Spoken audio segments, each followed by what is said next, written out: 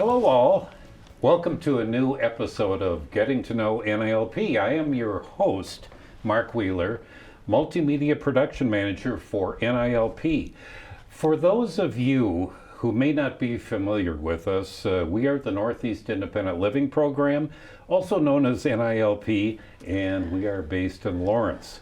We are a consumer-controlled, independent living center that provides advocacy programs and services to people with all disabilities of all ages who wish to live independently in the community.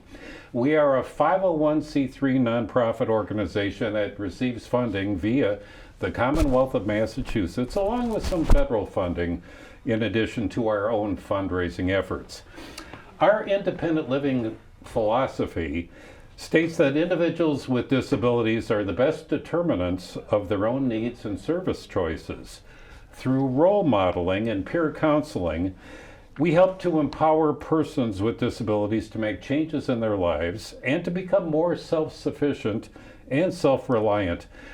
At NILP, we are really a community of people who, like our tagline states, provide peer-to-peer resources for people with disabilities. We do work every day to create an all-inclusive community free of communication, attitudinal, economic, and architectural barriers for all people with disabilities, whether they have visible or non-visible disabilities. Having told you a little bit about NILP and what we do and what we're about, today I'm very happy to have as my guest on Getting to Know NILP, the CEO, Chief Executive Officer of NILP, June Sauvageau. Welcome, June. Well, thank you. Thank you, Mark. Glad to be here. Sure, it's great to have you here today to get your thoughts and overall perspective of NILP and the work that we do to serve our consumers in the community. So welcome. So if I may, let's get right to it with your thoughts about running this great organization that we work for.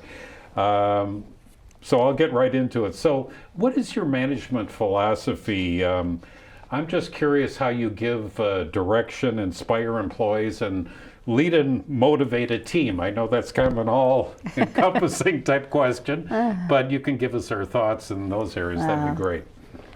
Well, that's a hard question because it's so many parts to it. I really think that what's really important is I'm a very hands-on. Sometimes probably my team would think I'm too hands-on, to be honest, but I am a very hands-on leader, and I feel like it's really important to understand and be part of the solutions. So when problems come forward, it's okay, so how are we going to figure this out? How do we do this together? And so I think it's been a great opportunity to grow this organization over the last 15 years from a grassroots, momentum and inspiration and passion from grassroots into a real human service, if I dare say, provider who fits with partnerships, and our team fits with other community partners who serve our community. The disability community is so wide and so diverse and so many different needs. The peer-to-peer resources that we offer make the difference. And so we got to get right in there, and we've got to be peers. And I feel that that's what has been important. What's been important to our organization's success is we match up people living with disabilities with people in the community. And the same in management. That's how we inspire and motivate. We're here. We've been through our trauma. We've been through our challenges. And we're here to give back and lead. Mm-hmm. And I can imagine it can get fairly complex at times too, because we're serving all types of disabilities that exist out there. Mm. So when you talk about looking and what we need to do, it's anticipating what the needs are and so forth. You really have to have that vision. Absolutely. How to forge ahead with that. Okay, excellent. So next, please tell me about NILP's strategic plan, which I know we have, and how it looks over the next 5 years. I'd love to know about what you feel are the strengths, weaknesses, and areas of opportunity that you envision for NILP. What helps you achieve these goals in your strategic plan? Well, first of all, I have to say that our strategic plan for the next 5 years This year, actually it started last year, we've been working on it for a year. Right. It has been developed by our senior leaders with impact and feedback from their own staff. So the strategic plan is not developed out there by some consultant. It's a strategic plan that is born of our board and of our leadership to really look at where we want to be in the next 5 years. We have had a strategic plan for the last 2 5-year plans, right? So I think, number one, the most important part about a strategic plan is that it is homegrown, it is focused on what we know, what we experience, and then where do we think, where do we project our future is going to be. So the key elements pretty much are core. For example, board development, again, continuing to recruit and retain board members who are part of our community. That's a key part of our strategic planning, to keep that momentum going. Because that's our leadership. That's our strategic leadership, actually. So that's important. I think the staff recruitment, staff retention. We all know right now in this marketplace, it is so hard to not only have competitive wages, which we work really hard at. We've really increased competitive wages. We do sign-on bonuses. We do a lot of things to recruit and to say, we're a good organization and we care about employees and we want to make sure we're paying at those kinds of rates, even though we're a human service agency, that independent living center that doesn't maybe have big money bags behind us, right? Right. So our strategic plan looks at our staff, it looks at our board, it looks at our community around unserved and underserved populations. So when you think about the disability community, we have to really take a deeper dive to think about who isn't being served, who are we missing, and what are the gaps in services. So our strategic plan looks at that. That's one of our goals, is to help meet that.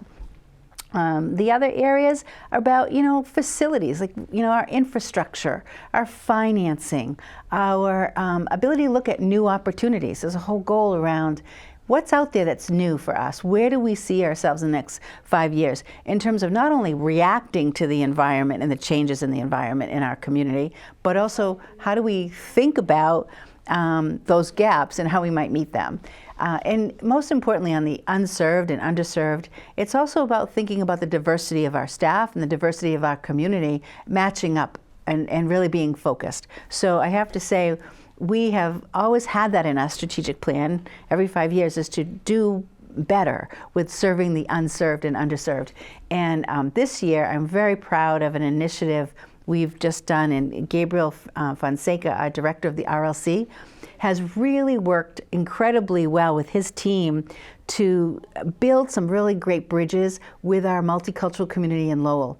We have really, in fact, recently, I just saw it on Facebook this morning, believe it or not, with my coffee, that the Cambodian Mutual Assistance just donated to our golf tournament. We've built bridges where they understand what we do, and we have hired folks from their community, and we provide services in their community. So that's been a real breakthrough, and I'm sorry to say that it's taken us so long to really make those kinds of inroads, but we are getting there, and I think that's a goal of our strategic plan.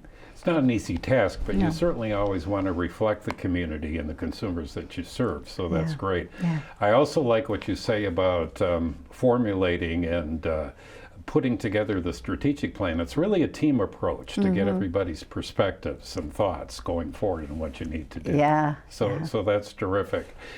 So going along with that and related, when you look at an organization, you have to work with a budget. So how do you feel about achieving a good and sound budget for this organization? What steps do you go through? What does it take? Budgets. Well, first of all, you need a great CFO, and we have a great CFO. Lisa DiGiuseppe is our CFO, Chief Financial Officer, and it's been great working with her over the years.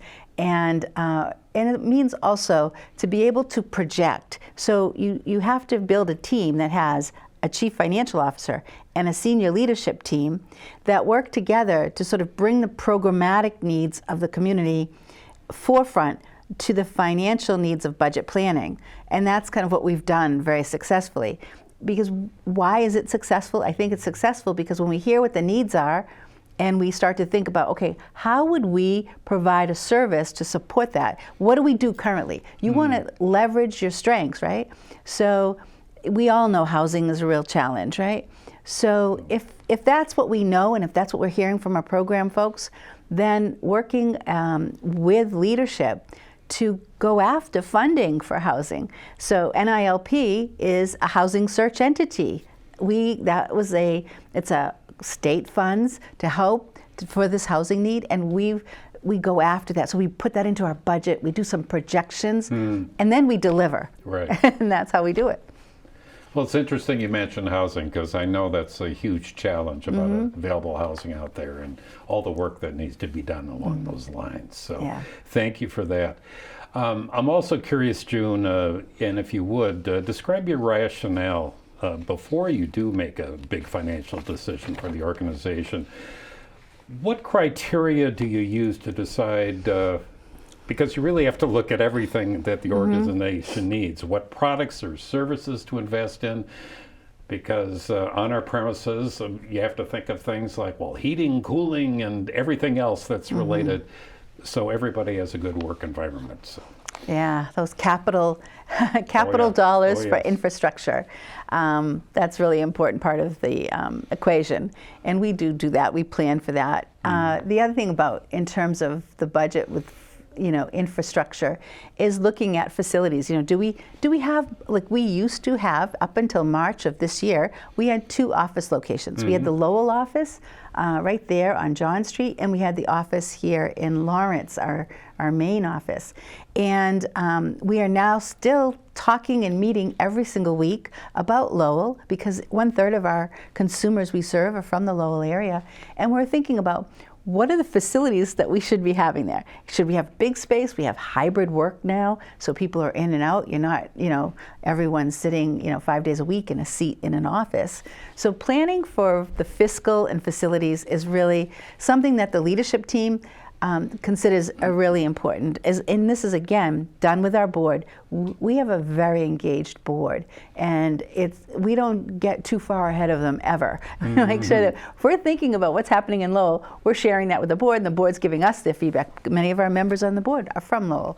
So it is all about that balance between, growth and pragmatic services. Like, you never want to put money into infrastructure if it takes away from providing the direct services. So that's the balancing act as well. Right. That's quite a balancing act too. And it's interesting what you say about Lowell. Lowell is a pretty large population center, so you certainly want to be available in there in the right circumstances. You can best serve the community. So exactly. So that's all good. Okay. I'm curious about this. Tell me about fundraising. That's an important aspect of NILP and the work that's being done there. Tell me about the importance of that for NILP, and what do you feel are the keys to successful fundraising? Yeah, I think fundraising has been a challenge for us as a small nonprofit. I can remember when I first started, one of our folks, you will remember Kevin Farrell. Oh, yes. God bless him. He was our face of our community, being out there for fundraising. And he used to say to me, "We're the best kept secret." That was his favorite, thing to say to me. "June, we're the best kept secret in Merrimack Valley." Exactly. Yes. And it's like, how do we get past that? How do we get past being the best kept secret?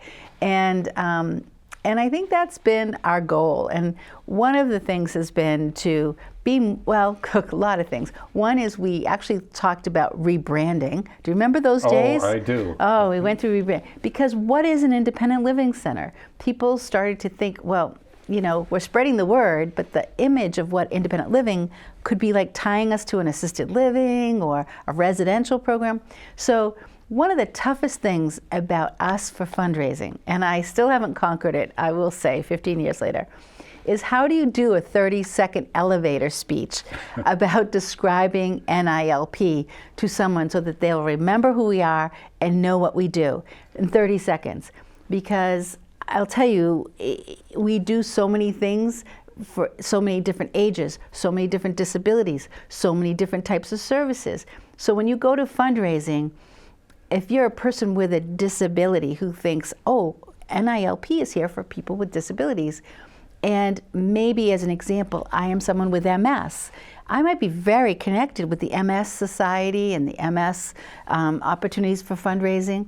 how do we compete and say we still serve you and we want to partner with your MS community? Right. So we have a challenge on fund, and I have to say, we have some more work to do with that, and I think we've made some great strides. It'll never end, the search for more money for more services. I believe all of what you're saying. It's so true. And when you talk about giving a 30-second elevator speech, that's really hard to do. If you want to describe all our various programs and services, there are quite a few of them too. So you really want to boil it down to what it's really all about. And I know people that utilize our programs or services, I know when we were going through the rebranding and we had different focus groups, there were parents of youngsters in our youth program too, and they had no idea we had all these other services. Exactly. Oh, you have PCA and all that. So it's yeah. tough. It's like they learn about that too. So yeah, that takes some work and everything. And as far as thankfully not being the best kept secret in Merrimack Valley any longer. I've been with this organization over 10 years now, and I think the word has gotten out that much more. But it's a slow building incremental process, but it definitely is getting out there. So I have to tell you, I was so excited. This happened to me last week, I swear. I had a virtual appointment with my Mass General Hospital primary care. And she goes, so, what do you do? She was a new PCP trying to get to know me. And she said, so what do you do for a living? And I said, I run a nonprofit organization. Right. And she says, well, what's your organization? And I said, Northeast Independent Living Program. She goes, oh, I know of that program. I have some of my patients that use the personal care attendant program. I was like, yes. Yeah, you want to go cheers. No. So that was my example just last week that, we're not the best kept secret if MGH primary care, actually someone knew us, and that was really a great asset. And if I may, it gets a little deeper too. Just the phrase independent living, that's become such a co-opted phrase and everything. Independent living, and I'll talk to people, well, what is that, a retirement community, et cetera? It goes on, no it isn't, and then you specify and tell them really what it's all about. Yeah. Okay, that's great. So here you've been in this position for quite some time now, okay? And what qualities do you think are required to be successful as a leader for NILP? Well, I gave this a lot of thought because it's like, okay, what about me? What do I think? But I will say what I came up with is I want to say that there are 10 independent living centers across the state. And that's where we are really a sanctioned independent living center with a special purpose, 5 core services, and what we do is very unique. Like you said, we're not a retirement community or independent living center that goes assisted living. We're an independent living center, that term, right? And what it means is that we are over 50% of our staff are persons living with a disability, and over 50% of our board are persons living with a disability. We represent our community. And so when you think about leadership and qualities, you have to really believe in representing your community. And you really have to be able to share your story where appropriate and when appropriate so that you are part of that community and people hear you. So I think that when you think of our 10 centers across the state and you think about the different executive directors, we're all very different. And I think it all boils down to the qualities are strength-based leadership. In other words, I know some of my colleagues that are independent living center directors who are absolutely phenomenal advocates with the legislators. They rub elbows and they are in the State House regularly and people know them at the State House. That's not been my strength. I used to be very intimidated, probably still am a little bit, with the legislative process. And but I have a great Jim Lyons, who's been with us 42 years, who is always at the heart of advocacy, right, in legislative events. So I can rely on him. But my strength is more programs. Like, I just come from this place of really very entrepreneurial. So if I hear, oh, we need this, or this is where a gap is, then I go scurrying looking for funding for like what program supports that. And then I try to match that up, and I have some grant writing skills. I used to do grant writing. So I kind of put those two together. So for our center, it reflects probably my strengths, which are more programmatic. We have very diverse programming, very diverse funding from very unique programs. And that's different. You go to another center and their strengths of that leader would play through with how they actually have their strengths of their organization. So it's kind of interesting. I've been thinking a lot about that. So. That's terrific. Thank you for that great overview and everything that goes into it too.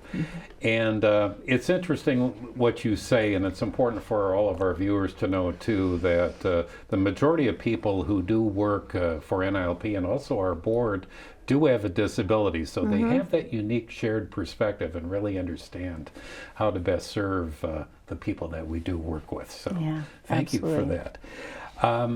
Now I'm curious about the board. Tell me about the importance of the board and how that helps towards working for the success of NILP. So what do you see as the role and value of the board as success as a CEO? Yeah, you know, I have really enjoyed our board since day one.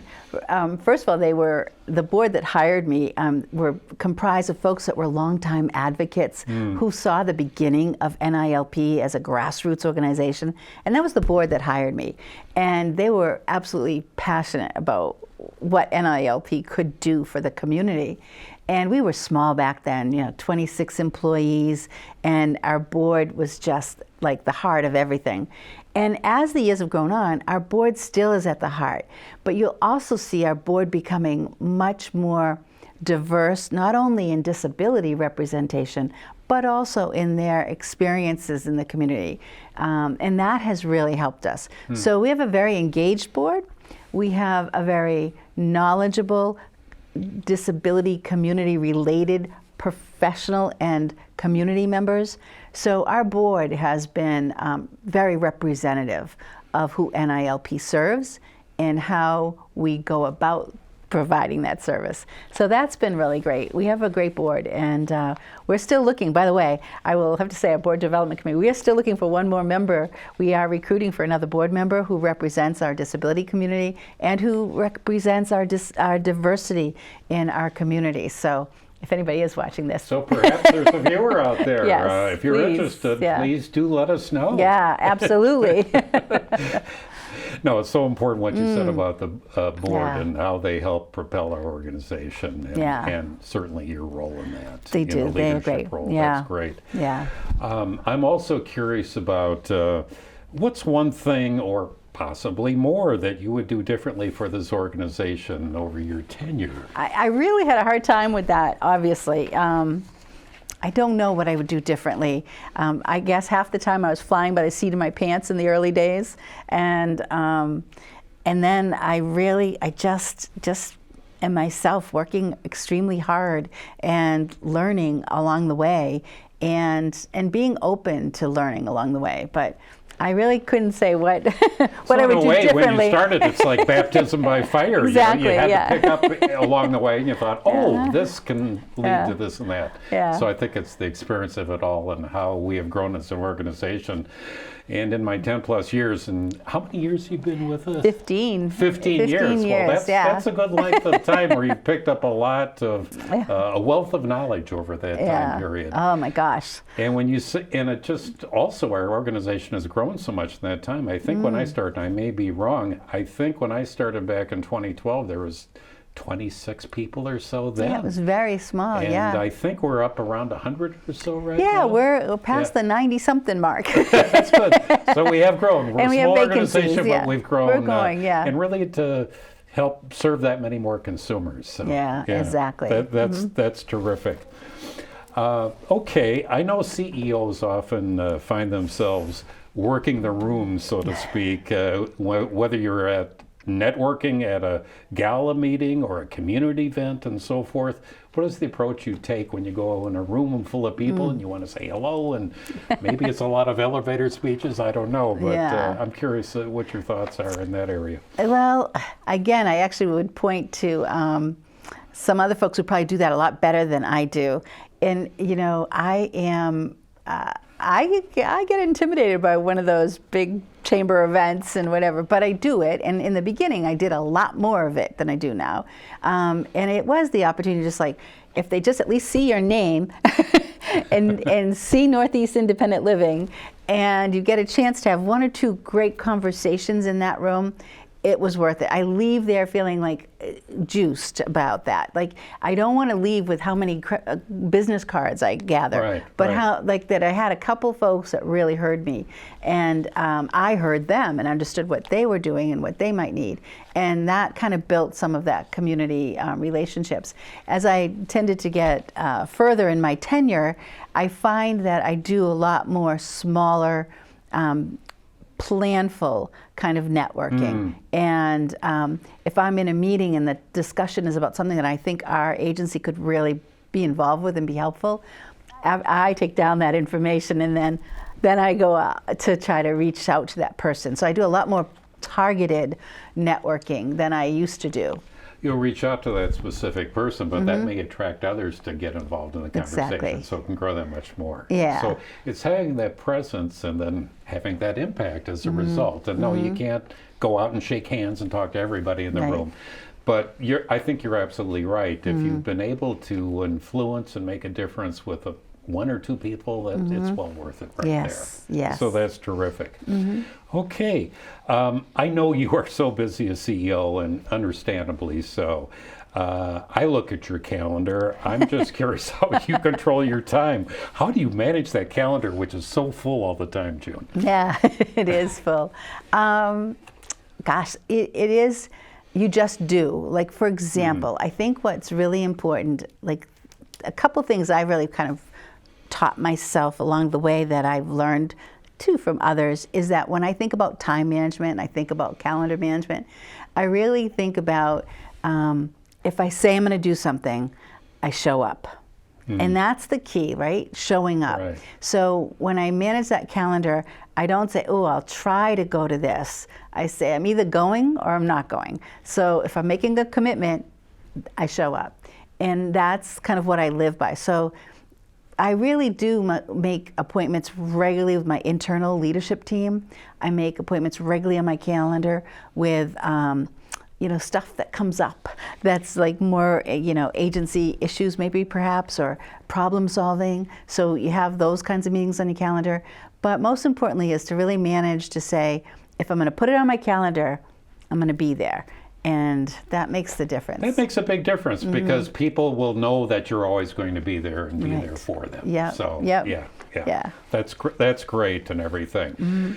Now, this is quite a question. I know this puts some thought too, because we have so many different programs and services. So, what is your assessment of NILP's programs and services that we offer the consumers? What's your thoughts about all of that? You should have seen my draft on this. My draft. It had to be long. It was long, because that's why we can't do that 30-second elevator speech. So we do have a lot of programs. And then I said, I better write this down, because if I forget a program, I'll feel terrible. So I'm going to look at my list a lot on this, but so we do have a lot of programs, and I think that it begs the question around the disability community matching who it serves. So we have programs that are for youth. So when you think about youth services, well, what does that mean, youth services? Well, in our disability community, it means how do we assist youth transitioning to adulthood? That's huge, right? We know school systems. What happens outside of the school system? What about those life skills, and what about all that we can do to really help that transition for a young adult to make it into the world? So that leads us to pre-employment services. So we have a pre-employment youth program. So whenever we think about building or expanding programs, it's really based on what we do, how we do it, who we're serving now, and what is the gap. So pre-employment. So we think about, this is kind of a long answer, I know, personal care attendant program. When I started, we had about, and I only remember this number because I was so like, it was a lot. It was a steep learning curve coming on board. And the personal care attendant program had 348 consumers on our program. People who needed assistance with their personal care needs in their home, that they could hire and train someone to work with them with their disability so they can maintain living in the community. That's the personal care attendant program. Well, today, 15 years later, we have over 3,000 people living in the community and staying in the community because of that personal care attendant program. Amazing. That is fantastic, Yeah. and what a huge growth number Yeah. that's been, Yeah. and the amount of consumers who are able to Serving. serve and make a difference in their lives. Yeah, It's amazing. Yeah, Yeah, it's it is. about the education about that. Mm-hmm. The other program that's important is Recovery Learning Community. So the Northeast Recovery Learning Community is part of NILP. It's funded through the Department of Mental Health. And that program, what I love about that program are a couple things, but one important is that you don't have to be a quote-unquote DMH client to be able to partake in our services, Department right? of Mental Health for Yeah, viewers. just, Department you of know. Mental Health, thank you. Right. So you don't have to be a Department of Mental Health client. You can just be a person who self-identifies and shares that they struggle with whatever mental health condition or substance use disorder condition. Whatever they are struggling with, they can come through our doors and work with our recovery learning community as peers, helping peers. 100% of that staff are persons with lived experience. So that's a great program. And that's here to stay as well. All right, let me keep going. Community supports. Can I keep going? Oh, absolutely. All right. I was just going to say it's important what you said about the recovery learning community, the RLC, that it is 100% peer-based. That's so important. Yeah. Because they deal with all sorts of mental health issues that people may have. And they do amazing work. I've been in a couple of their groups. yeah. It's fantastic. They are So, fantastic, yeah. yeah. And their newest program, which I think is one of the questions about new programs, is the Certified Older Adult Peer Specialist. So again, reflecting on the community we serve, and we know the graying of America, let us just say. And so serving older adults with peer support who probably never really thought of how to verbalize and to share and to be considered peer work around the community. Wonderful program, new growth in that program, and that's, again, because we serve and we know our people we serve, and as that changes and grows, we too change and grow to serve better. So it's pretty cool. All right, community supports. Community supports is a lot of our funding from our Massachusetts Rehabilitation Commission. That program is, again, as wide as our community because that program serves folks helping with mass health assistance, getting on mass health, helps folks with housing, what kinds of housing supports. It's not like we have housing ourselves, but we might say, how can we help you get those applications filled out? We will work with you, hand over hand, if necessary, to fill out applications for housing, to assist you with some of the barriers to housing, the accessibility of housing, the home modifications that come with housing. All of those things come under that umbrella of community supports. There's so much that goes into that too, and people need this help and everything that it takes to live independently as they choose. Yeah. And how much of that, like even with options counseling, like providing options to people when they call us, somebody told me that Northeast Independent Living works with people with disabilities. I have my brother, my sister, my cousin, who is a person who struggles with X, Y, and Z. And then we say, okay, let's think about how we can work together. What are some of the things we can help you navigate this big, wide system of service delivery, quote unquote, right? How do we help you navigate? And that's what we do as peers. So community supports becomes really wide. The other area we do with community supports is in those conversations, you're keeping people out of nursing homes. If you can find solutions towards staying in the community, you're diverting from nursing home placement. And then the other end of it is people who end up in nursing homes who have disabilities, who perhaps could be at home in the community. What does it take to get them out of that nursing home and back into the community? What does that take? Well, it takes a lot, and we would work with folks one-to-one, make that happen. So that's all under community supports. And obviously, people prefer to live in their home if they can, if they Exactly. choose to do so. That's so important. Yeah. That's so important. So let's see, what else do I have? We have, I think that was it. Personal care attendant I talked about. I think that's about it. Personal I'm care probably, attendant, hopefully PCA not program. forgetting anything, but as you can see, that's really hard. It's not a 30-second description? No, it's good. There's a lot to cover there too, and perhaps our viewers are interested. If you have somebody in your family with a disability or know somebody, just know that we have all these services available, and they are free services too. Yeah. So that's important for all of you to know. Exactly. Okay, thank you, June. That was quite a nice overview of all of that. What's the best part of being a CEO? And also, what's the worst part of a CEO? I'm talking challenges you may see there.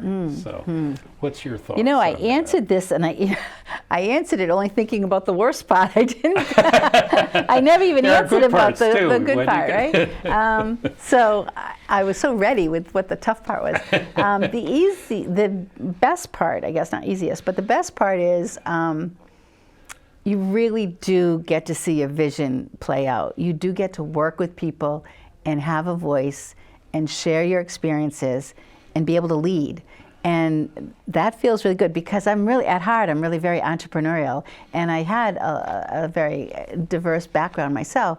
So being able to feel like I can lead and share, that's the best part. Your voice really matters. Sometimes, someone just said to me just the other day, someone said, "Oh, someone's really struggling with something," and I said, "Oh, I just talked to that person the other day," and I asked them, "How was it going?" It was an employee, and I said, "How's it going? How do you like he was a relatively new position. How do you like your new position?" The person was very, very positive and like, "Oh, it's wonderful," and the person says, "Well, that's you, though."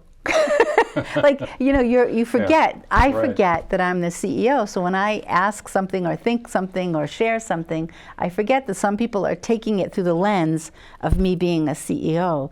And I take it as just June's like interested, So Well, you are, but that's you. You are And- so personable and easily thanks. approachable. Yeah. And I think Thanks. people think, "Oh, I'm talking to the CEO," but you just talk to them Yeah, one-on-one, and exactly. it comes across that way. And Thank that's you. why people, I think, love working for you in our organization. I think Wow. that says a lot of it right there. Well, thank you. So- And I'll tell you the worst part, which is Yeah. was my easiest answer, the weight on my shoulders. Ah. It's heavy. It is really true that I wake up at 4 a.m, oftentimes still rolling over in my head about what we're going to do about this, what this challenge is. And so there's a lot of weight, and it doesn't go away. And even though you have a weekend or you have a vacation, it's always still there. It's always like this weight because you want to do the best you can, and there's a lot to do. Well, I know you're always thinking, because I think about another one of our long-term employees, Nanette Goodwin, Oh, too. yes, yeah. And there would be something coming up, and, "Oh, June, you've been thinking in the shower." Yes. Yeah. Yeah. It's been Start along my those day. lines. Everybody would be like, "Uh-oh, what did she just? What just happened?" It's like, yeah. I always have these ideas, and then I come in. I have to mention this. We have a new program. And sometimes, like, I go after new programs because I really think it's a need for us, and I've heard it, and then I saw something, and I go after it, and then I come back to the office and like, what did you do now? What did you get us into now? What are we going to do? So we actually have a new program. I actually wrote this in 2017, and in 2017, being involved with the Aging and Disability statewide group, there was a call for independent living centers and aging service, like elder service agencies, to apply to better serve veterans. And I know for our area, being on the border of New Hampshire, this is why I thought it was important for us, is that we have a lot of folks that live in Haverhill. We live on the border here of Yes. New Hampshire. And for us to have veterans who have to go all the way to Jamaica Plain or to go to Bedford for VA services, wouldn't it be great if we could be a community partner for veterans in this neck of the woods? So that was what my motivation was in 2017. Makes perfect sense to localize their services for their needs. Right. Absolutely. So needless to say, the paperwork and the bureaucratic Veterans Administration application was daunting. But we got through it, and we got certified. Well, never received a referral. All these years went by, and we never received a referral. So I thought, oh, well. And I had a big binder with all the paperwork Right. that if we ever got a referral, we were ready. And sure enough, in February of this year, I got a call from the Veterans Administration group, and they said, would you really help us out. We have veterans that have needs to be served, and their provider is not going to be doing it any longer. And we thought of you. You're the only one in that area that would, perhaps we could add to the services. So I said, yes, of course. Yeah. We're certified. Like we're ready. We're ready. Yes. Of course. Then it meant I came back to my team and went, we're ready. And it was like, how are you going to do this? What are we going to do? So we did. We figured it out, and we are now serving the Veterans Independent Program. It's a veteran, they call it the VIP program, and it's a self-directed program for veterans to get services similar to personal care attendant, but also goods and services in their home through a provider that's outside of the traditional VA services. Right. So we did it. So far we have about 8 veterans that we're serving, and it's a brand new world for us, and we're very happy to do that.